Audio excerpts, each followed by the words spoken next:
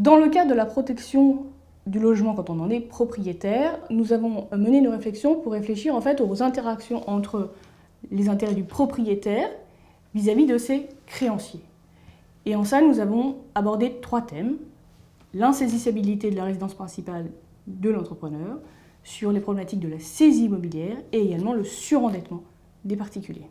Nous avons ensuite envisagé la protection du logement quand l'occupant en est le locataire.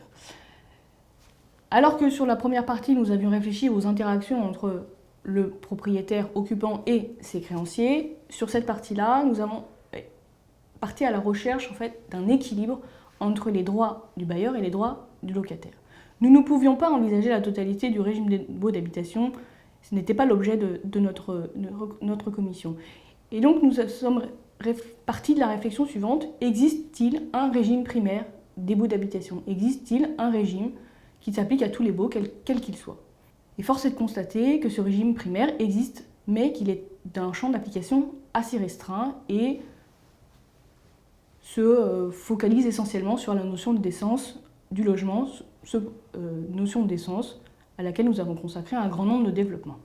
S'agissant de la protection des intérêts individuels du locataire, nous avons donc dû faire des choix et nous avons donc choisi de nous focaliser sur la durée des baux, sur les dispositifs de droit de préemption et de prorogation des baux et également sur l'encadrement des loyers.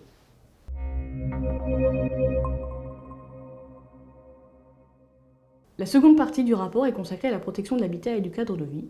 Les sujets qui s'offraient à nous étaient vastes et nous avons fait des choix. Et nous avons choisi de vous parler du Airbnb, des copropriétés en difficulté, de la lutte contre l'habitat indigne et également de la protection du patrimoine historique.